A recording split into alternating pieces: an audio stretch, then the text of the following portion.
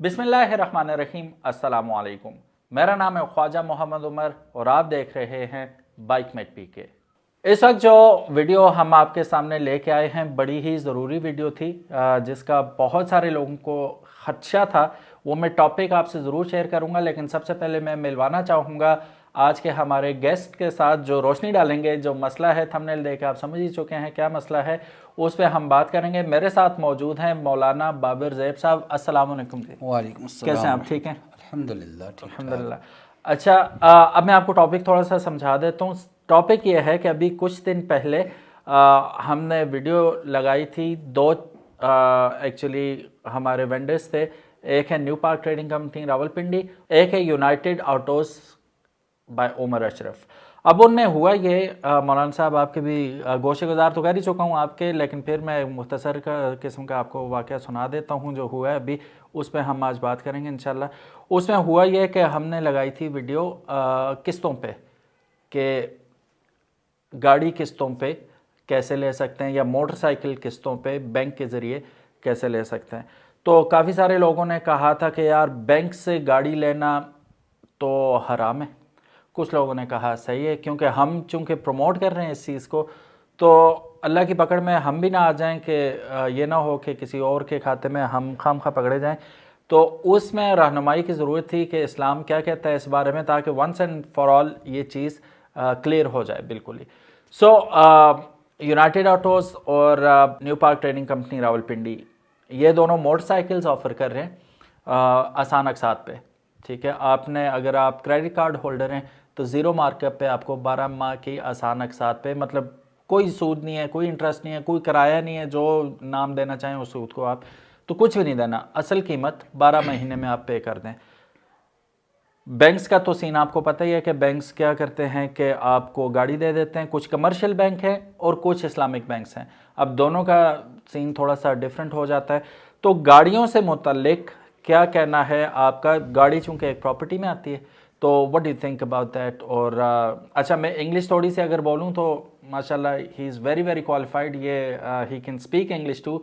Online भी बड़ा अच्छा इनका सिस्टम चल रहा है पढ़ाने का। तो इनसे मौजू बंदा कोई भी नहीं था जिनसे मैं बात कर सकता। जी मौलाना साहब। सबसे पहले तो आपका शुक्रिया, आपने मुझे बुलाया। और मुझे आपके सवाल से सबसे ज़्यादा खुशी इस बात हो रही है, अल्लामा इकबाल रहमहुल्लाह का शेर है, नहीं है नाउमीद इकबाल अपनी कुश्ते वीरां से, ज़रा नम हो तो ये मट्टी बड़ी ज़रख़ेज़ ऐसा कि आज भी लोगों में ये शऊर बाकी है कि चलो ज़रूरत अपनी जगह, चीज़ लेनी है वो अपनी जगह, लेकिन कहीं हमें हराम काम तो नहीं कर रहा। सबसे पहली चीज़ तो ये है।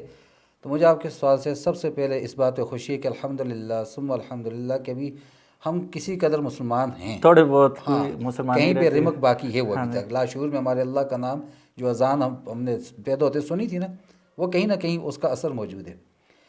अब आ जाते हैं आपके सवाल की तरफ। उस सवाल से पहले मैं एक छोटे से बैकग्राउंड पे जाऊँगा। हम चीज़ किस्तों पे लेते क्यों हैं? क्योंकि अफोर्ड नहीं कर सकते। यकमुश्त अदा नहीं कर सकते। एग्जैक्टली। हमारी इतनी हो नहीं होती, गुंजाइश नहीं बन रही होती। जितना हम अपनी नीड्स पुश कर रहे होते हैं, अपने उसको एक्सीड कर रहे होते हैं अपनी लिमिट से भी, लेकिन फिर भी वो हमें वो हासिल नहीं हो रहा था। तो फिर हम कहते हैं चल किस्तों पे मिल जाए, मैं कुछ अपना पेट काट लूँगा, तो चलो मैं इसको कर लूँगा। तो इसको शरीयत क्या ज़रूरत के एतबार करती है या नहीं करती है? इसकी एक मिसाल मैं आपको दूँगा, चूँकि ये ख़रीद व फ़रोख्त से मुतल्लिक़ है मसला। किसी भी चीज़ की ख़रीद व फ़रोख्त जो मौजूद ना हो वो जायज़ नहीं है। कैसे? मैं समझा नहीं। एक है चीज़ का मौके पे मौजूद ना होना, एक है वो चीज़ अभी प्रोडक्शन आई नहीं है अभी तक। अच्छा, अभी प्रोडक्शन हुई नहीं है, प्रोडक्ट है ही नहीं है, एडवांस में बोले। एडवांस में बिल्कुल। ठीक है।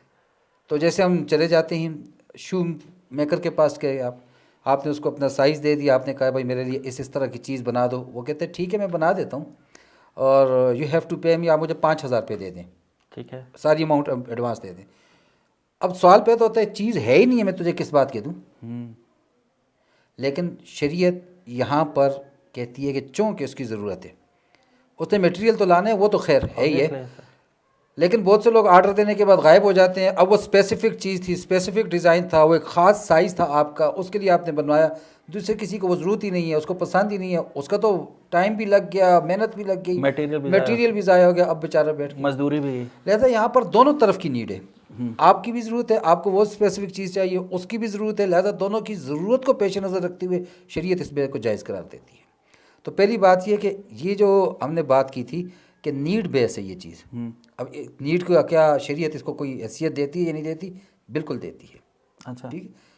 बाकी मसाइल में देख लें आप, सफ़र में रोज़ा आप रखना छोड़ना चाहते हैं, फ़र्ज़ रोज़ा भी छोड़ सकते हैं आप, नीड है ना वहाँ पर, आप तकलीफ़ है आपको, कुछ भी है। इसी तरह रोज़े के मतलब कुरान कहते हैं कि अगर ऐसे हो कि तुम रख ही नहीं सकते हो, फ़िद्यतुन तामु मसाकिन भी आता है। ठीक है, पहली चीज़ हमने ये मसला हल कर लिया अल्हम्दुलिल्लाह के ज़रूरत का एतबार शरीयत में है। ठीक है। अब दूसरी चीज़ पे आ जाते हैं, वो ये है कि आपने कहा बैंक दो तरह के हैं, कमर्शियल भी है, इस्लामिक भी है। अब इससे असल में इसकी वेक पे भी एक सवाल ये पैदा होता है कि इस्लामिक बैंक के साथ इस्लामिक का नाम जुड़ा हुआ है तो हम बिल्कुल फ्री होकर जाते हैं, यार यहाँ पे तो कम से कम सूद नहीं होगा। ठीक है। और जब दूसरे बैंक की हम कमर्शियल की बात करते हैं तो उस पर हम कहते हैं यार ज़रूर इसमें सूद की कुछ रमक बाकी होगी, कुछ होगा। तो इसलिए हम इस्लामिक बैंक की तरफ जा रहे हैं और उसकी तरफ हम नहीं जा रहे हैं। तो ये याद रखिए, सूद की तारीफ़ में अगर हम चले जाते हैं तो बहुत नाजुक मामला भी है यहाँ पर, बहुत पेचीदा मामला भी है यहाँ पर। सूद की हम जो तारीफ़ कर लें हम, तो हम कहते हैं कि किसी चीज़ के अगेंस्ट में आप उसके नफ़ा ले रहे हैं। मिसाल दे देता हूँ कि कर्ज़ लेने के लिए अपने किसी काम से गए कर्ज़ ख्वाह के मकान पर, तो वो इमाम अबू हनीफा रहमतुल्लाह के मुतालिक वाक़यात है। तो वो गर्मी शदीद थी, दीवार के साए में खड़े थे, फिर अचानक वो बाहर धूप पे चले गए, साथ कुछ शागिर्द भी थे। उन्होंने कहा कि आप साए को छोड़ के धूप में क्यों आ गए? उन्होंने कहा मैंने इसको कर्ज़ दिया हुआ था तो मैं इसकी दीवार से नफ़ा उठा रहा था, मुझे डर हुआ कि ये सूद के अंदर ना आ जाए। अच्छा, इतना नाजुक है काम, इतना एहतियात की ज़रूरत है। बाकी सूद होता है वो जब आप पैसे पे पैसे ले रहे हैं, या शरीयत में या हदीस के अंदर 6 चीज़ें वाज़ेह तौर पर आती हैं कि अगर इनमें उधार लेन देन किया या कमी बेशी की तो ये सूद है। ठीक है। बाकी किसी चीज़ के अगेंस्ट जब आप ज़्यादा दे रहे हैं पैसे या ज़्यादा डिमांड कर रहे हैं, ठीक है, उसमें सूद का नाम बिल्कुल भी नहीं है।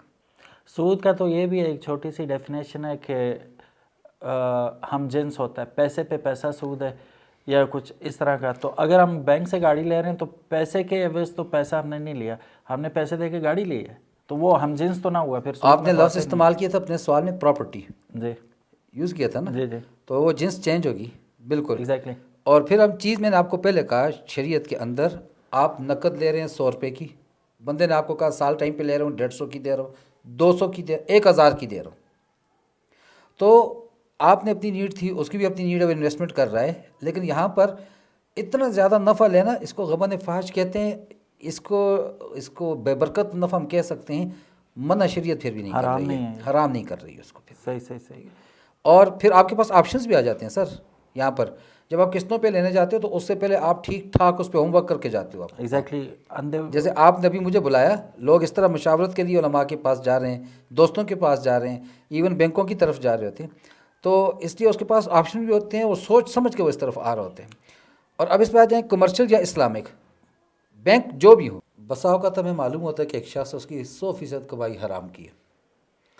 मिसाल के तौर पर शराब है, शराब का लेन देन, ख़रीद व फ़रोख्त, बनाना, उठाना, सारा कुछ हराम है। अब उसका बिज़नेस ही यही है। सही। और आपको पता चला कि उसके पास एक गाड़ी है और वो किस्तों पे दे रहा है। अब आप उससे गाड़ी लेने के लिए जाते हैं, किस्तों में आप उससे ले लेते हैं, तो आप पर किसी किस्म की हुर्मत या सूद वाला टैग नहीं लगेगा शरीयत में। अच्छा, बिल्कुल भी नहीं लगेगा। यही मिसाल आप अब आदमी को हटा के आप बैंक पे आ जाएं, कमर्शियल बैंक पे आ जाते हैं। कमर्शियल बैंक सूद का कर रहा है या नहीं कर रहा, वो उनका हेडेक है। आप उनसे चीज़ ले रहे हैं। आपको मेरा एक वो है रिसर्च, ये है, पहले ये पैसे ही देते थे, वो पूछते थे आप लोन के लिए अप्लाई करते थे, क्यों कर रहे हैं जी? जी मैंने गाड़ी लेनी है। जब उन्होंने दिया फिर बात चली कि ये तो सूद है भाई, आप 10 लाख ले रहे हो, 12 लाख वापस जो है उनसे डिमांड कर रहे हो इतना देने के बाद। तो फिर अब उन्होंने आपसे पर्पज़ ऑफ लोन कह रहे हैं कि क्या है, आपका घर बना रहे हैं, ठीक है, आप कैसा बनाना चाहते हैं वो आपसे, आपकी ज़मीन, आपका नक्शा सब कुछ ले लिया आपसे। अब वो अपने माहिरीन से, अपने उनसे आर्किटेक्चर से, अपने इंजीनियर से उसके सारा वो लेने के बाद फिर वो आपको कहते हैं जी घर हम आपको बना के दे देंगे, आप हमें इतने पैसे रिटर्न कर दीजिएगा। अच्छा, ताकि सूद वाला किस्सा ही ख़त्म होना शुरू हो जाए। ठीक पैसे भी अब आपको लोन चाहिए, आपको गाड़ी चाहिए, आपको मकान चाहिए, बना के दे रहे हैं, गाड़ी किस्तों में दे रहे हैं वो आपको। तो फिर किसी चीज़ के अगेंस्ट में फिर जिन्स भी तब्दील हो रही है, एक जैसी जिन्स नहीं है। तो फिर चीज़ भी आपकी ज़रूरत भी पूरी हो गई और बैंक आपको चीज़ के अगेंस्ट पैसे चार्ज कर रहा है, एक्स्ट्रा भी जो चार्ज कर रहा है, तो ये सारा का तान सूद के ज़मरे में नहीं आता। तो इसमें कमर्शियल बैंक या इस्लामिक बैंक होना ज़रूरी नहीं है। मैंने वो जो शराब वाली मिसाल दी थी, हम उस आदमी को हटा के अगर हम किसी कंपनी को लगा देते हैं वहाँ पर, वो XYZ कुछ भी हो सकता है, बैंक को छोड़ें कोई और लीजिंग कंपनी, कितनी लीजिंग कंपनीज हैं जो गाड़ियाँ देती हैं, किस्तों पे दे रही हैं लोगों को। कुछ लोग भी ऐसे हैं, कुछ अच्छा शोरूम बारगेन्स लोगों के अपने हैं, वो भी दे रही हैं, कंपनियों के अपने आउटलेट्स होते हैं। तो ये चीज़ मैटर नहीं कर रही है, तो एन हलाल है ये, बिल्कुल हलाल है। अच्छा, हमारा एक म्यूचुअल फ्रेंड है, इत्तफाकन वो भी ऑल्टो ले रहे थे, गालिबन हम साथ ही बैठे हुए थे, वो आपसे आए थे मशवरा करने के लिए। तो मुझसे 2 महीने पहले ली थी या 2 महीने बाद उन्होंने ली थी, लेकिन उस वक्त इनवाइस उसकी थी 1335। तो 5 साल बाद उसे पढ़नी थी, जो अब काइबोर रेट जा रहा है, काइबोर पे भी हम बात करेंगे, जो स्टेट बैंक इनसे चार्ज करता है, तो वो पहले 11% था गालिबन, अब 14% है। तो वो अब उसको जो नए साल की किस्त पड़ी वो 3,500 रुपये ज़्यादा हो गया, जो पहले से अंडरस्टूड नहीं थी बात, लिखी हुई थी बैंक की तरफ से कि काइबोर बढ़ गया तो वो फ्लेक्सिबल हो सकती है, कम हो गया तो आप कम पे करेंगे, ज़्यादा हो गया तो ज़्यादा। उस दिन वो मुझसे पूछ रहा था कि भाई अब तो ये सूद के खाते में नहीं आ रहा कि एक्स्ट्रा चार्ज कर रहे हैं। पिछले साल वो 23,400 कुछ पे कर रहा था, इस दफ़ा 26,000 कुछ पे कर रहा था। तो अगर इस तरह हम देखें तो पहले उसके जहन में था कि 17.5-18 लाख की उसे गाड़ी पड़ेगी 5 साल बाद, लेकिन ये नई इंक्रीमेंट के बाद उसे लग रहा है कि ये 21-22 तक जाएगी, क्योंकि ये 1 साल का इंक्रीमेंट है। नेक्स्ट साल जो हालात जा रहे हैं पाकिस्तान के, कम तो होना नहीं है, उसने नज़र नहीं आ रहा फ़िलहाल, तो बढ़ जाएगा। तो ये 25-26 तक उसे जाके ऑल्टो VXR 5 साल बाद पड़ेगी। पहले अंदाज़ा ये था कि 18, 18.5 या 17.5 तक पड़ेगी, तकरीबन 5 लाख रुपए उसे एक्स्ट्रा पे करने पड़ेंगे 5 साल के। अब वो डबल हो गया ऑलमोस्ट। तो ये किस खाते में आएगा, ये जो एक्स्ट्रा उसे पे करना पड़ रहा है? अब एक चीज़ है कीमत का मुतय्यन, अच्छा शरीयत में एक चीज़ होती है कीमत, एक को समन कहते हैं, ठीक है। कीमत उसकी एक्चुअल प्राइस होती है, रिटेल प्राइस होती है, ठीक है। अब दुकानदार के पास के आपने टूथपेस्ट ले लिया, ऊपर लिखा हुआ था 99 रुपीज़, ठीक है। ये उसकी एक्चुअल रिटेल प्राइस है, आपने दिए, चीज़ लेकर आ गया। और ये भी हो सकता है आपने देखोगा ऊपर अपना टैग लगा के वो 110 किए होते, ऐसे है। आप उठाते यार उस दुकान पे 99 का था, ये 110 का दे रहे, छोड़ देते आप, आपकी मर्जी। अब दुकानदार आपसे कहते हैं कि है तो 99 रुपीज़ की, लेकिन आप मेरे दोस्त हैं, मोहल्लेदार हैं, तो आप ऐसा करें 80 रुपीज़ दे दें। अब हो सकता है इतनी कि उसको आई भी ना हो, उसको खुद इतनी पड़ ही नहीं रही है, वो आपको दे रहे।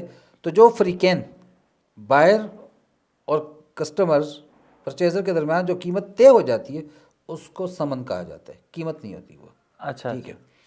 अब मुआयदा करते वक्त ये याद रखें, एक शर्त ये भी होती है कि कीमत पहले से मुतय्यन हो।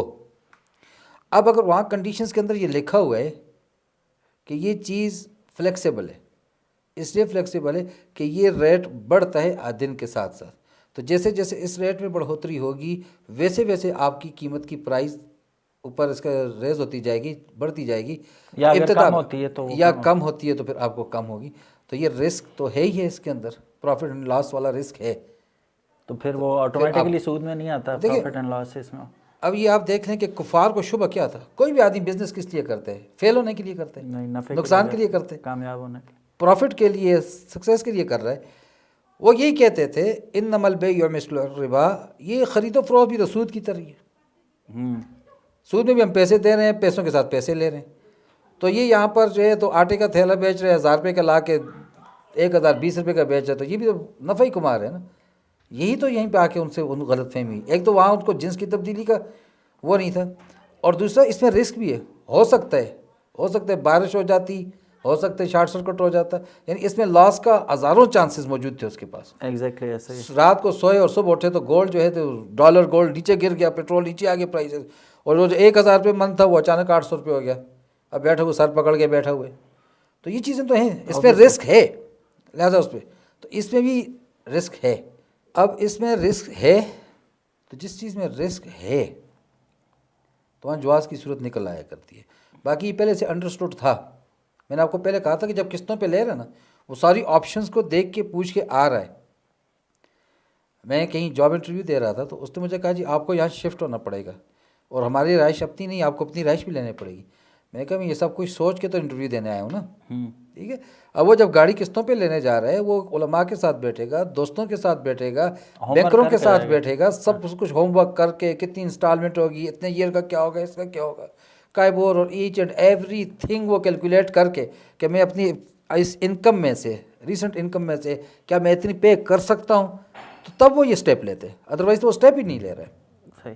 तो ये चीज़ें पहले से आपने कहा अंडरस्टूड नहीं होती, तो अंडरस्टूड पहले से सारी चीज़ें होती हैं यहाँ पर किसी किस्म की नहीं। और बात वो जो सूद वाली बात आती है, वो तो जिस तब्दील होने की वजह से तो क्या, वो तो गया ही साइड पे होगी। अच्छा, इसमें जैसे मौलाना साहब बता रहे थे, एक और गलती जो हम लोगों की एज अ कस्टमर होती है, गाड़ी लेने की जल्दी में या बाइक लेने की जल्दी में या क्रेडिट कार्ड लेने की जल्दी में ज़बान निकाल के नीचे देख साइन कर रहे होते हैं, ठीक है ठीक है ठीक है ठीक है, पढ़ता कोई भी नहीं है।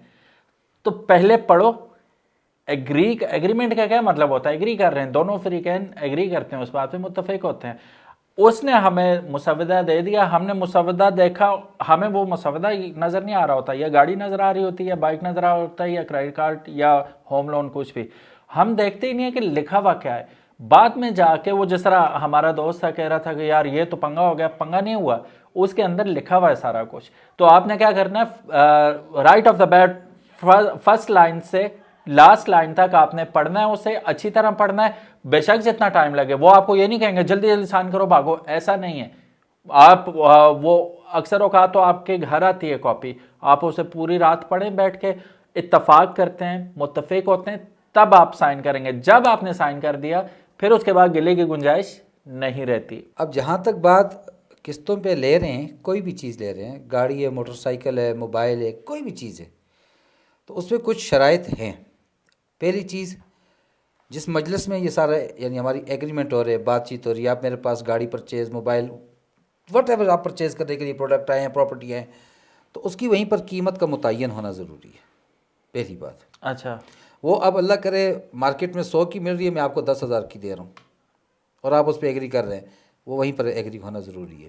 ठीक है। दूसरी चीज़ कि अब इंस्टॉलमेंट्स के टोटल कितना अरसा होगा, कितनी उसकी मुद्दत होगी, वो भी उसका होना ज़रूरी, कितनी पर मंथ होगी वो भी वहाँ पर मुतय्यन होनी ज़रूरी है। और गवाहान भी डेफिनेटली, गवाहान तो वो तो होंगे ना, वो तो देखें, वहाँ तो सूरत बकरा का सेकंड लास्ट रुकू है, कुरान की सबसे बड़ी आयतें और मामलात पर है, और अल्लाह ने वहाँ पर कहा है कि जब कभी भी इज़ा तदायनतुम बिदैन इला अजलिन मुसम्मन, कोई मालूम नेटे तक कोई भी तुम काम करते हो, लेन देन करते हो, मामला करते हो, फ़क्तुबूहु, लिख लो।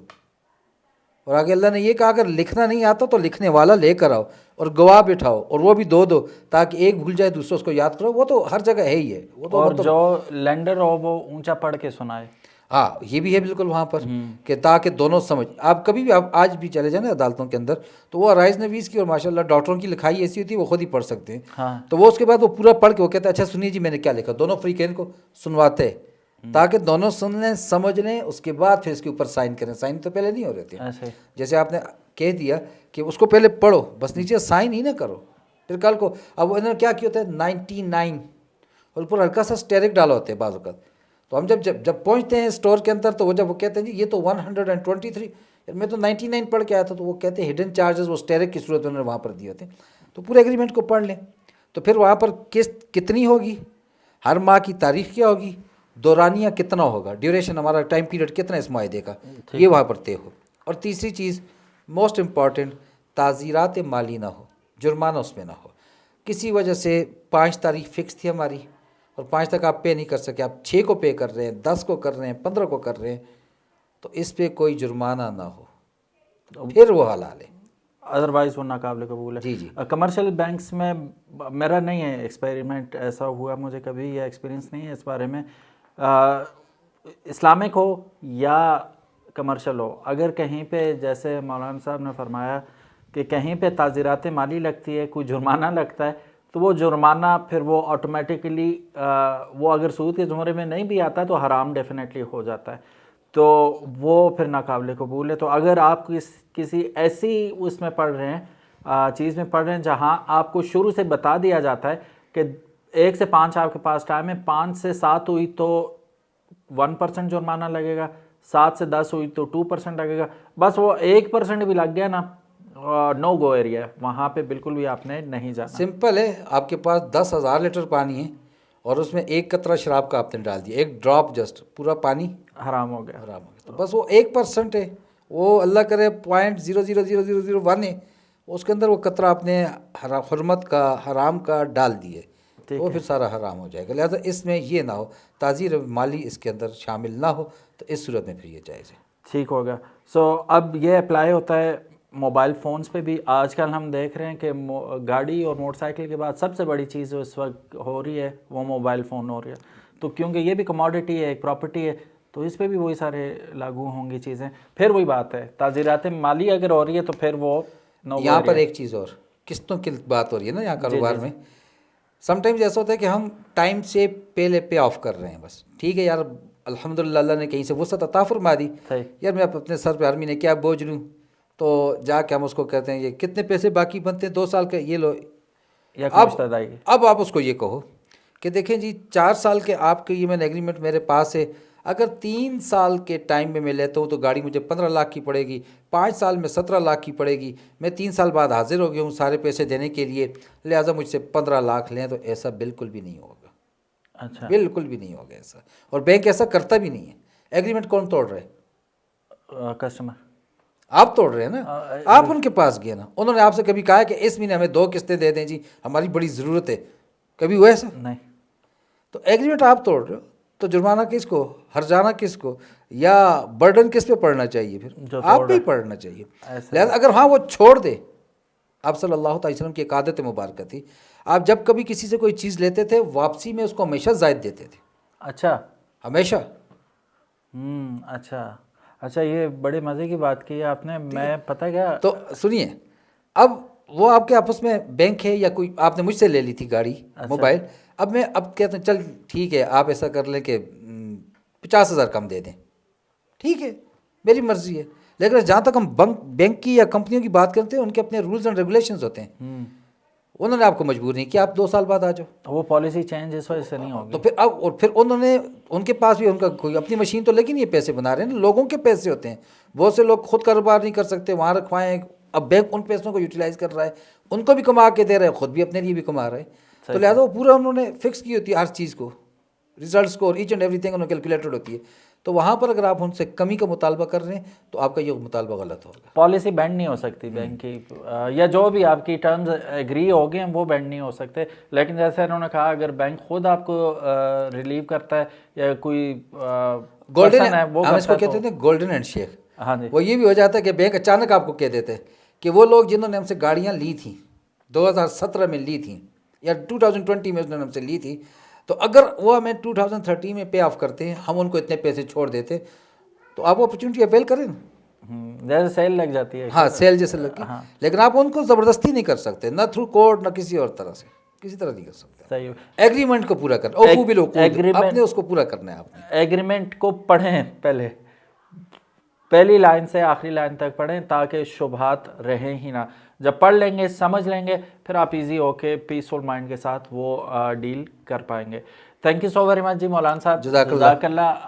आप माशाल्लाह आपने बड़ा टाइम दिया, मैं काफ़ी अरसे से आपके पीछे लगा हुआ था, तो आप आए, बहुत बहुत शुक्रिया आपका। बहुत ही मसरूफ़ आदमी है माशाल्लाह, इतने इनके लांजे खुले हुए होते हैं, इनसे टाइम लेना बड़ा मुश्किल था। तो अब हमारी कुछ आपस में बेतकल्फ़ी भी है, इस वजह से मैं खुल के बात भी कर सकता था और खुल के सवालात भी पूछ सकता था। मज़ीद आपके कोई सवालात ऐसे हों जो हमसे रह गए हों, जिसे हम डिस्कस नहीं कर पाए, आप कमेंट सेक्शन में बता दें इंशाल्लाह, तो डेफ़िनेटली हम आपके लिए फिर इनको एक दफ़ा तकलीफ़ देंगे, पता नहीं कब ये तकलीफ़ कबूल करेंगे यहाँ आने की। बहरहाल इन्हें हम लाने की कोशिश करेंगे और आपके सवालात का जवाब डेफ़िनेटली हम देंगे। जाते जाते एक बार फिर बता दीजिए, हलाल है? बिल्कुल हलाल है। और जो एक पॉइंट पे आपने ओ की थी, वो पॉइंट हमेशा याद रखें कि आप सल्लल्लाहु ताला अलैहि वसल्लम चीज़ लेते थे, वापसी पे ज़्यादा दिया करते थे। मैं वो इसलिए कर रहा था ना कि वो अगला ये ना समझे कि यार ये मुझे सूद के खाते में तो नहीं दे रखे। नहीं नहीं नहीं नहीं, नहीं। वो आप जिस भी तब्दील कर देते थे, मतलब आपने किसी मिसाल दे रहा हूँ, खजूरें दी हैं तो वापसी के साथ थोड़ी गंदम दे दी, अच्छा अच्छा, जिस भी तब्दील कर एज अ देते थे। कर्टेसी दे देते थे हाँ, कि चलो भाई। ये हमारे मास्टर की एक अलमिया, ये एक नया, फिर बात लंबी हो रही है कि हम अगले की दिल आज़ारी करने के बाद सॉरी कर देते हैं। सॉरी हमने कर दी अपने रवैये की, तो जो उसका दिल टूटा उसका क्या। आपकी ज़रूरत के वक़्त में उसने ज़रूरत पूरी की, आप अपनी ज़रूरत के बरवक़्त पूरा होने पे शुक्रिया अदा कर रहे हैं। वो जो उसने एहसान किया आपका, उसका आप क्या दे रहे हो। तो इसलिए आप सल्लल्लाहु अलैहि वसल्लम वो ज़्यादा दिया करते थे अच्छा अच्छा, कि शुक्र फिर भी तुम्हारा अदा नहीं हो सकता जो तुमने उस वक्त मेरी ज़रूरत पूरी की है, लेकिन चलो कुछ अपनी तरफ से मैं अपना अखलाक दिखा दूँ। Very nice. ये वैसे हर रोज़ बंदा नई बात सीखता है। कोई भी वो क्या कहते होते हैं, मिस्टर नो इट ऑल नहीं होता। हर कुछ हर बंदे को मुकम्मल तौर पे परफेक्ट नहीं होता, सीखने को मिलता है। ये मैंने आज बात सीखी और इंशाल्लाह मैं तो कोशिश करूँगा अमल करने की, और आप लोग भी डेफिनेटली ज़रूर कोशिश कीजिएगा। अगेन इतनी लंबी वीडियो अगर आप देख रहे हैं तो thank you so very much for watching this video. और जैसा मैंने कहा था कि कोई सवालात ऐसे हैं जो हम टच नहीं कर पाए, कमेंट सेक्शन हाजिर है, ज़रूर पूछेगा। इंशाल्लाह हम दोबारा मौलाना साहब को तकलीफ़ देंगे और उनसे पूछेंगे। अपना बहुत ज़्यादा ख्याल रखिएगा गाइस, चैनल्स को सब्सक्राइब करना मत भूलिएगा। अल्लाह हाफिज़, अस्सलामु अलैकुम। अस्सलाम वालेकुम।